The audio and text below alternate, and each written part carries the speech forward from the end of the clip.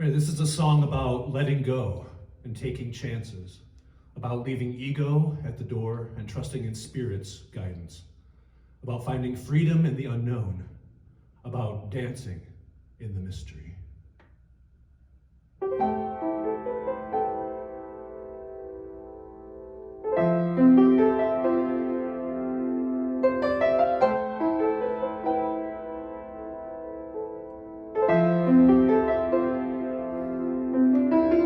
There's something in the air tonight. There's something playing in the silver moonlight. There's something just beyond the door. A thrilling call I think I've heard before.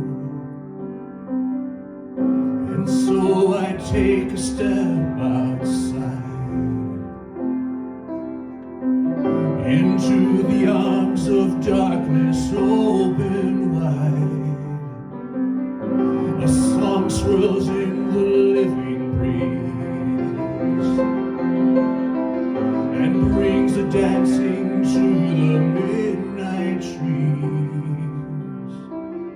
And so I join in with the dance. I may never have this chance again.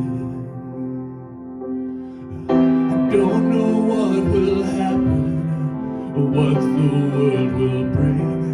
I don't know just where I'm going. I don't know much of anything, but I do know that what happens is what is meant to be.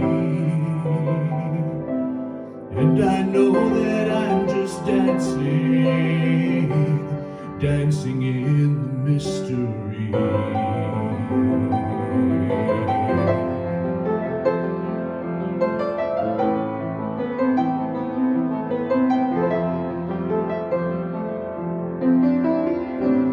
There's a time for letting go,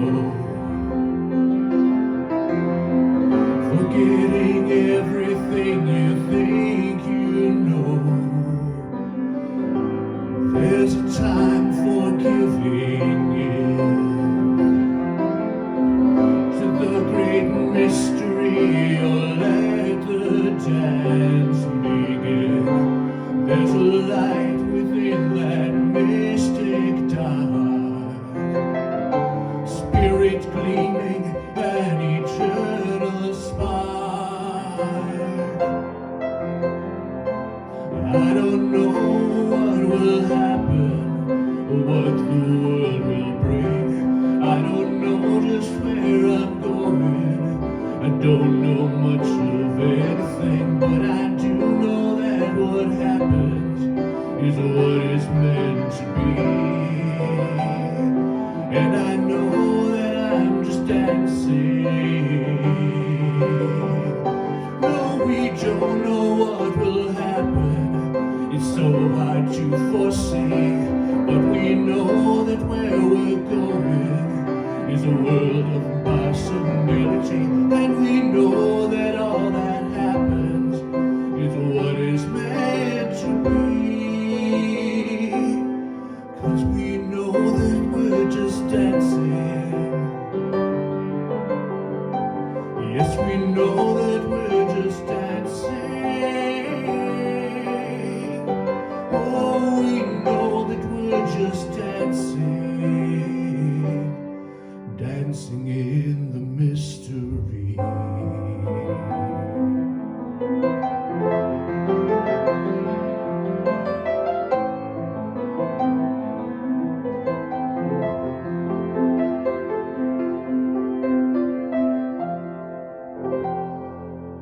Just dancing in the mystery. Thank you. A big welcome to everyone for joining us this afternoon. You've tuned into our fellowship for today's Sunday service, and we're so glad to have you with us. Let us know you're here. We always love to see your names pop up in all the conversation that goes on during the service. It's great. It's really great. So let us begin with our opening meditation.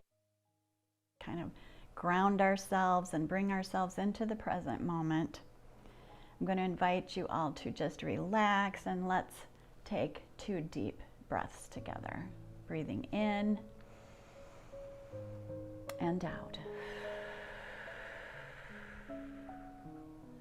Breathing in and out. Let all the tension drain out of your body. Drop your shoulders. I invite you to close your eyes. And let's bring our mind attention down into our hearts. Let's put our attention in our sacred heart space. And we can do this by placing our hand on our hearts, because where we touch is where our attention goes. And I invite you to take on my words as your own if you're comfortable doing so. From this sacred space, this vibration of heart, I bring my full conscious awareness to the one divine presence. God, divine love, our source. And I acknowledge the true truth of my being. I am one with God. I live, love, breathe, move, and have my being in the grace of divine love. My life is filled with unlimited grace and beauty and divine right action.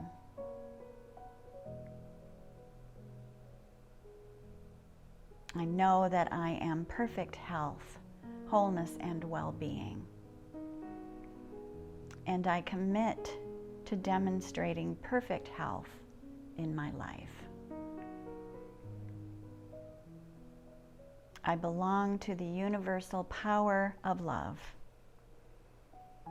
and consciously give love to everyone and everything I see. Together we affirm that all is well. And together we say, and so it is, and so it is. Thank you so much. I have a short reading for you today from this wonderful little book written by Thich Nhat Hanh, Peace in Every Step. He writes, "Our body is not limited to what is inside the boundary of our skin.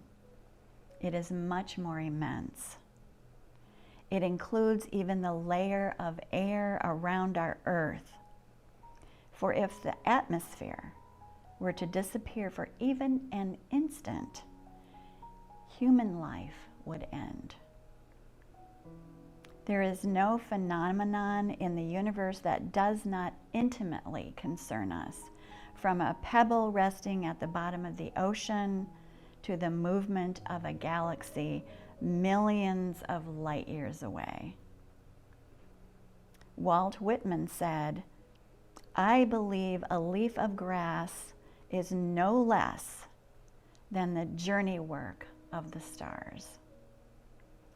These words are not philosophy. They come from the depths of his soul. He said, "I am large. I contain multitudes."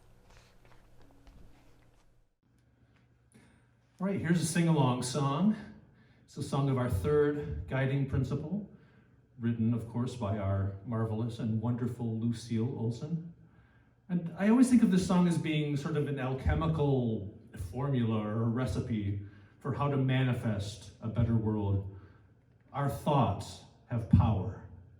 Our words have power. The things we think and say create our state of mind. Imagination, what we envision, will tell the mastermind what we would like to find. We have the power.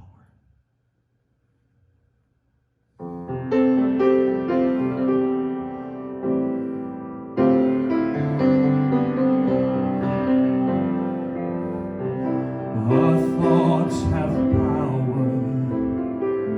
Our words have power. The things we think and say create a state of mind. Imagination, what we envision, will tell the mastermind what we would like to find. We have the power, we have the wisdom, we have the senses that will help create the vision. Let's use our mind at full capacity to make our world a better place to be. Our thoughts have power, our words have power. The things we think and say create a state of mind. Imagination, what we envision, will tell the mastermind what we would like to find. We have the power, we have the wisdom, we have the senses that will help create the vision. Let's use our mind at full capacity to make our world a better place to be. Let's make this world a better place to be.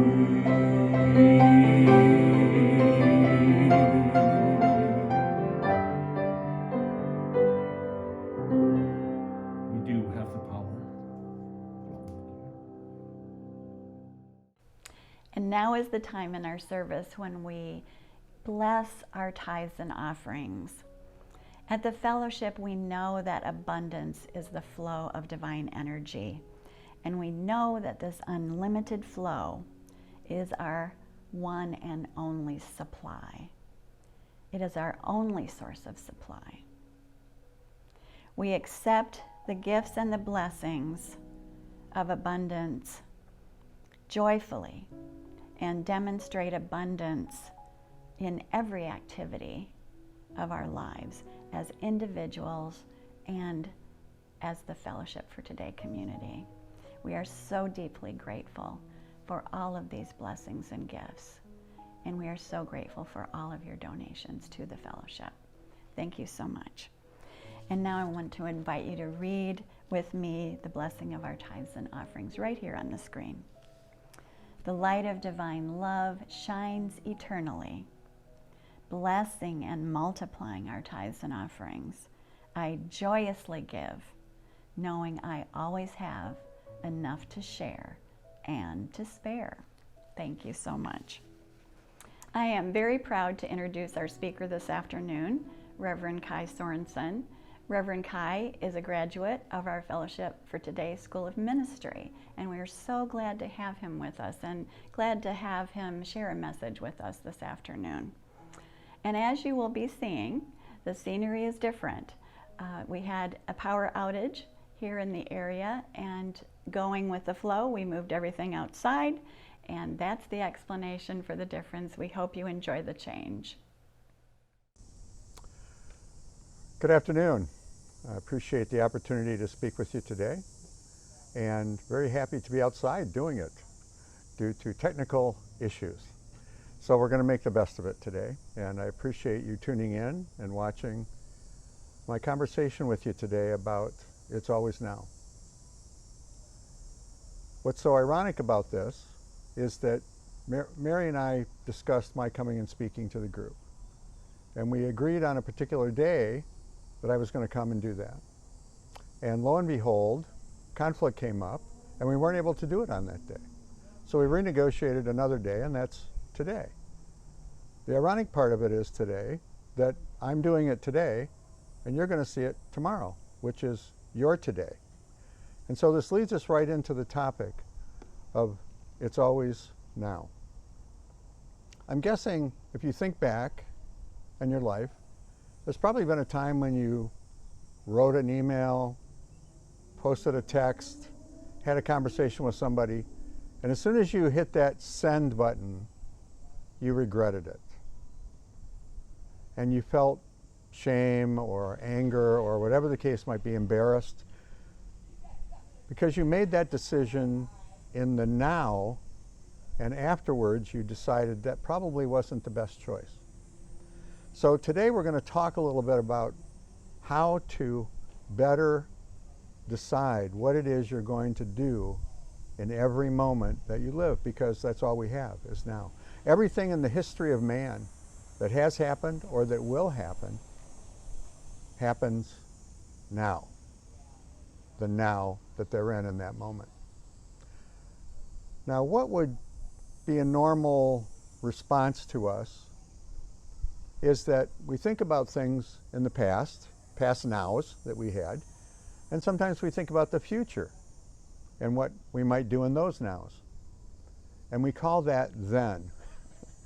Then, back then, something happened. Something's going to happen in the future. Then I'll be able to do it. So our key piece today is to be thinking about what's actually happening in our person, in our energy, in our vibration, in every moment. And so today what I want to do is introduce some concepts around that, and also a couple of books I'm going to recommend that if you really want to go in a little deeper, you can. Some of you have probably heard of epiphanies, and maybe you've had one, where all of a sudden something just became crystal clear to you. Maybe it was a time to leave your job, maybe it was a time to move, maybe it was just some awareness about a relationship that you had. An epiphany is an example of how our vibration can change just like that and send us off into the future nows in a different way. And I like to assign that, or align that rather, with the epiphany of knowing that your vibration is now advancing. I have a meditation that we're going to be talking about a little bit later, but the place that I'd like to have you start would be with Michael Beckwith. The book that he wrote, Life Visioning, was one of the books that we studied when I was in the class to become a minister. And he has a 4-step process that he likes to advise people to take in order to become more conscious in each of those now moments that we have. And the very first step, the most important one I think, is meditation. And many of you probably have some meditation practice. You just sit and meditate for as long as you feel like you can or that you need. Another way of looking at that would be, for instance, an activity like yoga, where during the movement stage of the yoga process, you're very mindful of what you're doing, what you're feeling, and how all of that is coming together to help you have a more uncluttered mind.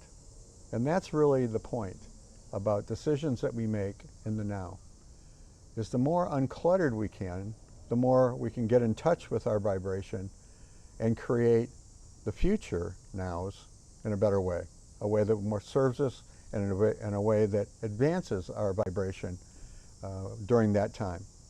So he talks about a 4-step process: meditation, visioning, your intentions, and then journaling to help solidify that. Now, I'm sure if you to other decisions or incidents in your life, you might want to change those and say, gee, I wish I had known this, or I wish I had done that, or I wish I hadn't done that. And in those instances, what you're really saying is, given where I am today and the vibration that I have right now in my body is different than it was then. And I like what Matt Kahn says about that. He says, you know, at any one time, we're doing the best we can. And if we could do better, we would. And that's a way of reflecting on where I was in that moment and the decisions I made based upon what was going around me in that moment.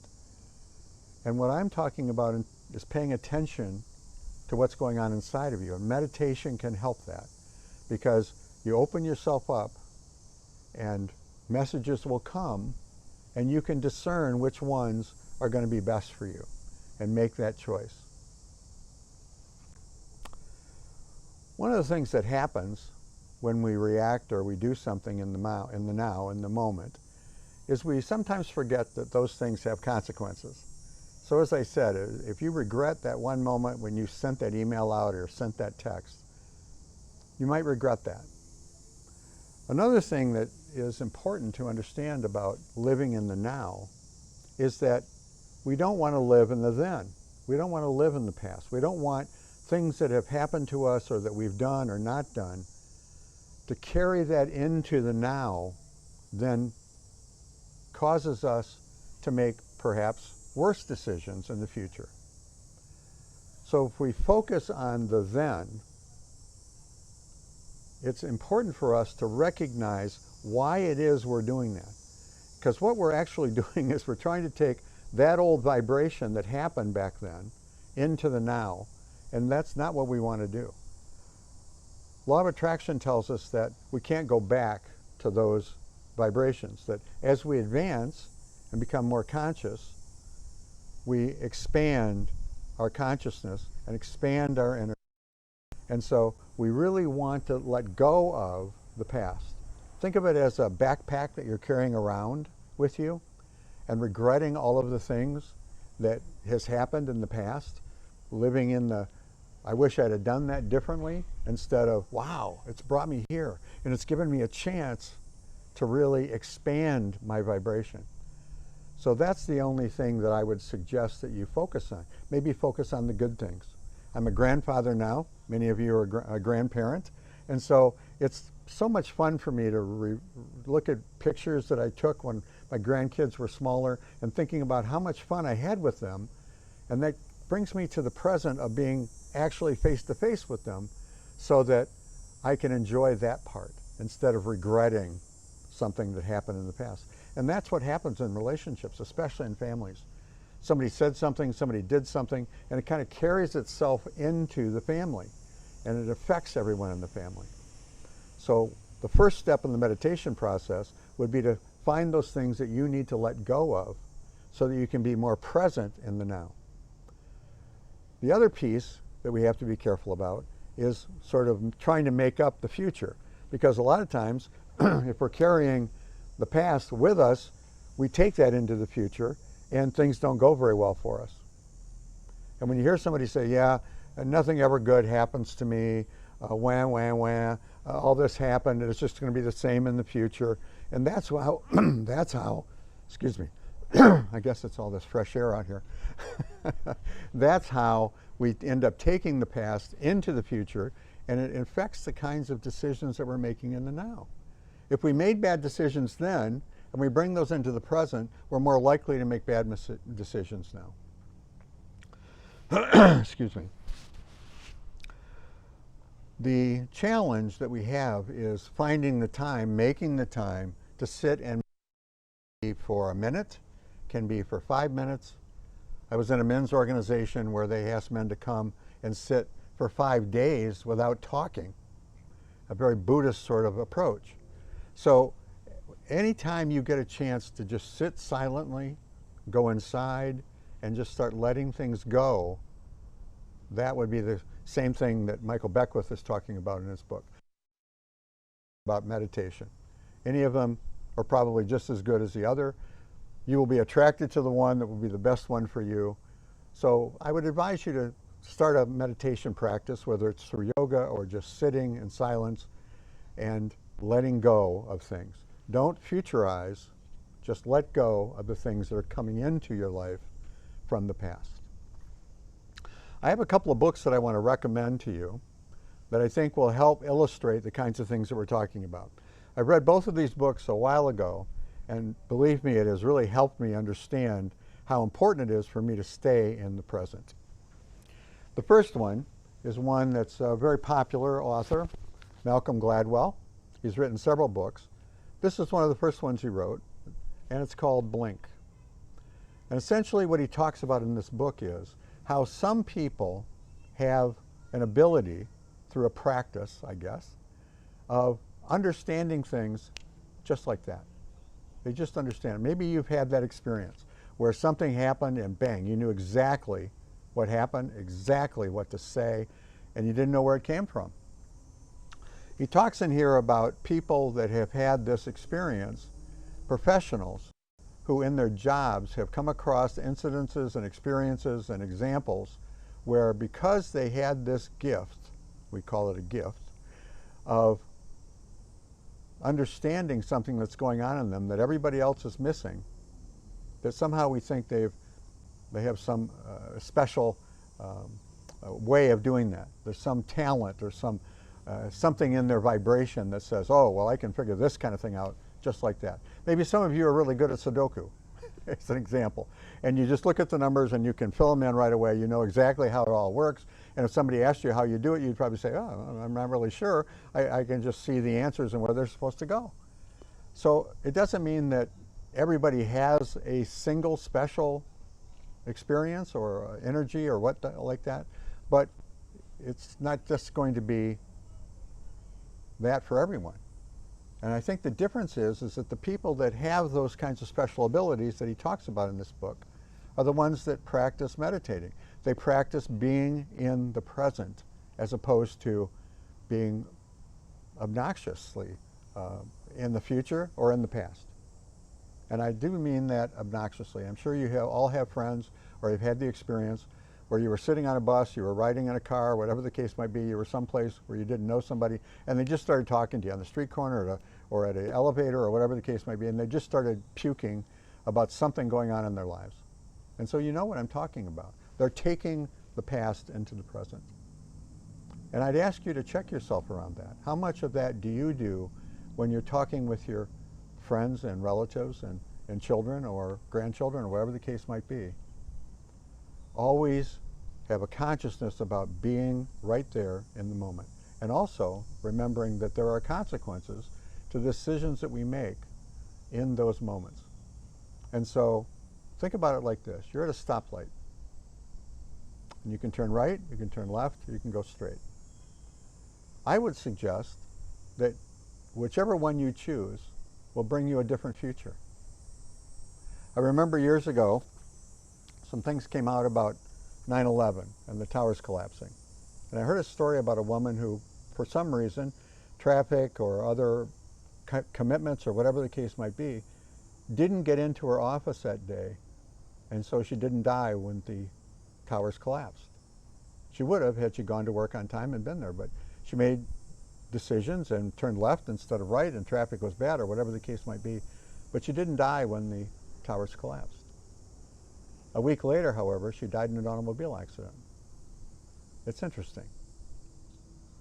I remember years ago hearing a story about a man who was in a high-rise building, and he was going to the elevator to go down to the main floor and exit the building.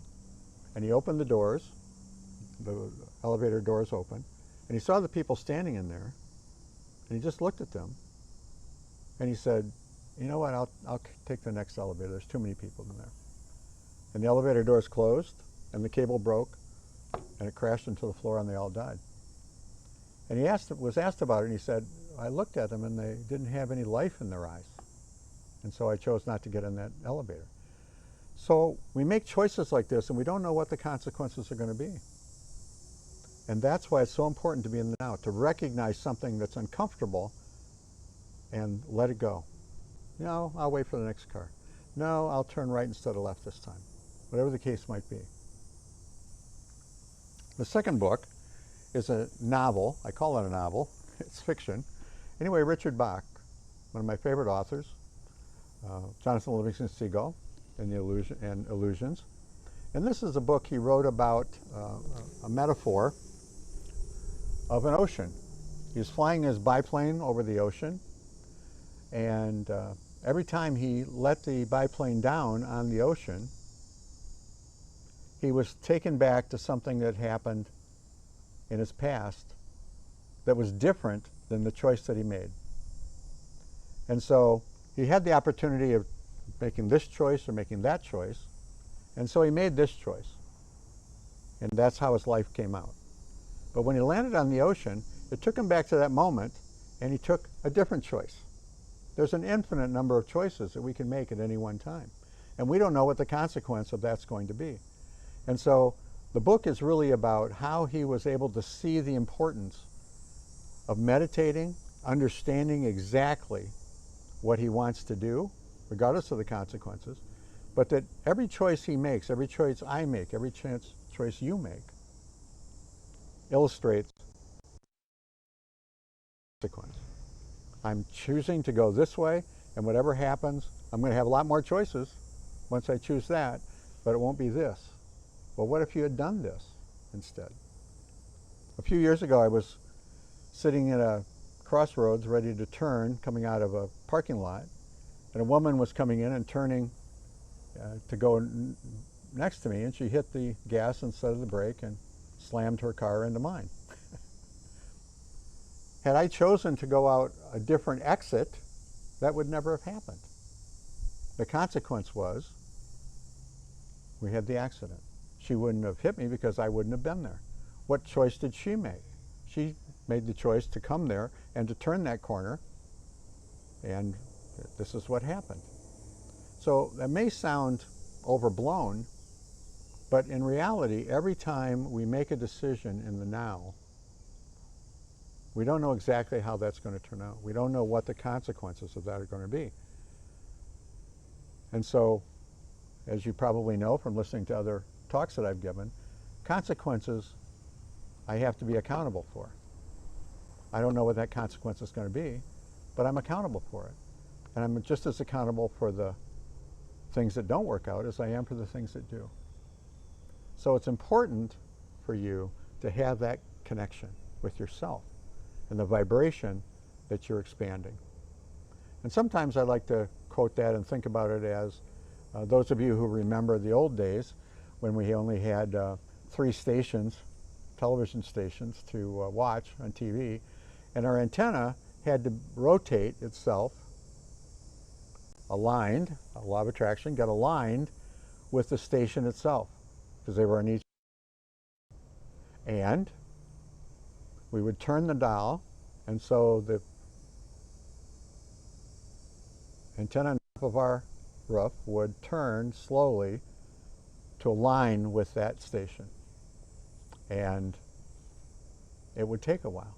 So you turn the dial, and slowly your life will start to change in a way that does not bring you a day where we're out of electricity in the office and we're having to do this here. So there was a consequence today of moving this presentation from the day Mary and I first agreed when I would come and speak to today, and so we wouldn't have had this great opportunity. And I'm just guessing, my vibration is telling me that Mary is happy that the way that this has turned out, and so maybe all the future presentations will be done outside. And of course, it won't be 100 degrees that day. So in any case, thank you for listening, and we'll now conclude with the meditation. It's time for a meditation to close the presentation. So sit comfortably, check your breathing, and open yourself up. I have 2 readings from Marianne Williamson that I think help us understand the talk I made today. Dear God, I resist meditation. I resist prayer. I resist my spiritual practice at times, for I am not comfortable with the empty spaces. I know, dear God, that I am out of balance with my spiritual nature. I need to be healed. Please, heal me. Bring me the silence within myself and give me comfort there. Show me the fierce and quiet center of your love, which is within me. Thank you very much.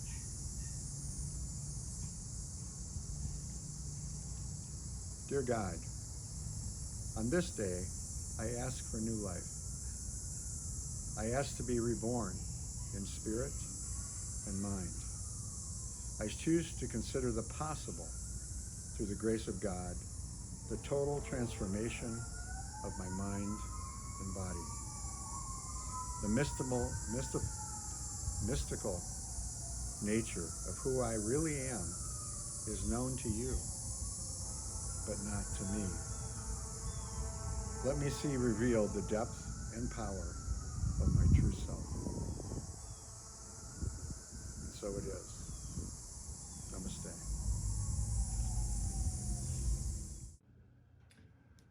This is called Spirit Song. In the morning, let me rise up singing. In the evening, let me rest, still singing. Spirit, make me an instrument.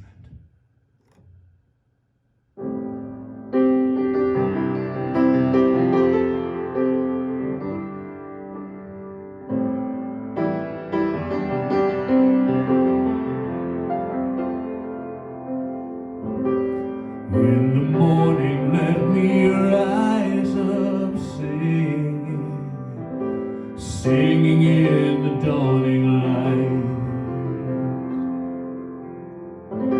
Songs of thankfulness and praises ringing to the one I am who gives us life. Spirit, make me an instrument.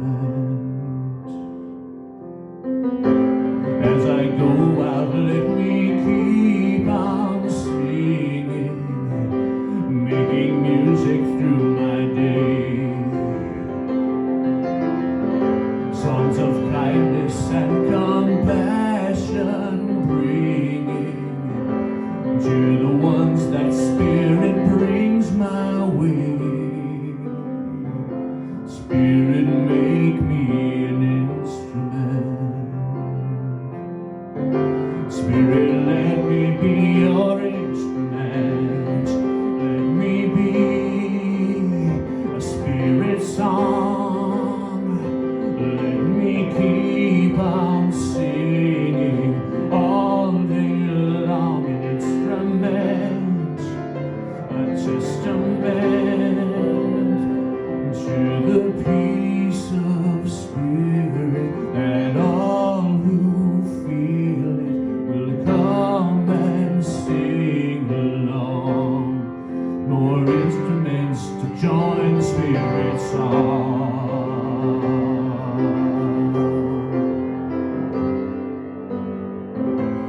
As I go on, let the song I'm singing bring more instruments along. A throng of singers from whose hearts are springing the joyful fountains of the Spirit's song. Let me be that Spirit song.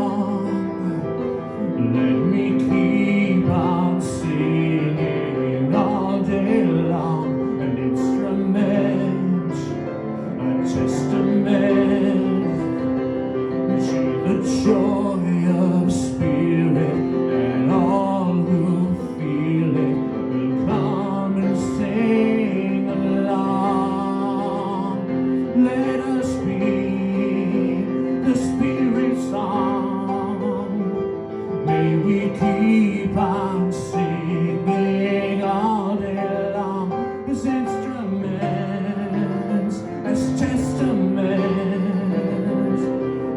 the love of Spirit, and all who feel it will come and sing along.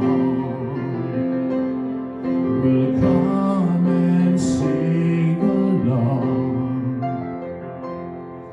Yes, come and sing along. Be an instrument and join the Spirit's song.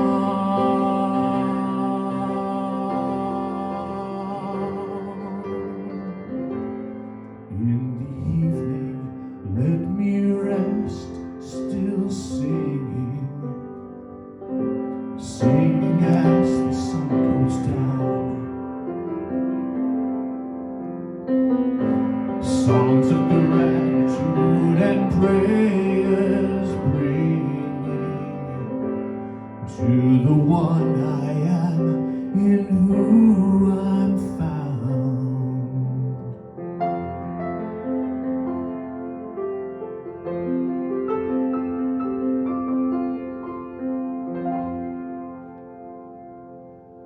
Let us be instruments. Thank you. What a wonderful service again today. Many, many thanks to Corey Williams. Such a fabulous musician and composer. He brought another wonderful original song to us today, and we just appreciate him so much. We're so glad that he's part of the fellowship. And thank you, Reverend Kai Sorensen, for your wonderful message, timely message about staying in the now, the present moment, and the benefit of making decisions from the present moment. Thank you so much. And I also want to thank all of you for joining us this afternoon. I also thank, as we were outside doing our recording, the little children who were running around. There were some people sitting on a blanket under a tree, and all of the cicadas that were chirping and chirping while we were making the recording. I don't know if you'll hear them or not, but we certainly did. Welcome to our fellowship service, all of you. The affirmation for this afternoon is this, and for your going into your week. Reverend Kai made a point of saying that if you're at a point of decision, a point of choice, it's always wonderful to stop and pause and bring yourself into the present moment where your mind is clear and uncluttered. So the affirmation is, in this moment right now, my mind is clear and uncluttered. One more time. In this moment right now, my mind is clear and uncluttered. Thank you again for that message. And we're also ready for our peace circle and our closing blessing. Let's all make a point today of at least visualizing ourselves standing up and stretching out our arms and holding the hands of our friends across this globe. And we'll sing our peace song together and say our closing blessing at the end of the song. I just want to say one more time how appreciative we are of all of you. Our community as a whole appreciates and loves you, and we're so happy that you joined us, and we look forward to seeing you next Sunday. Thank you.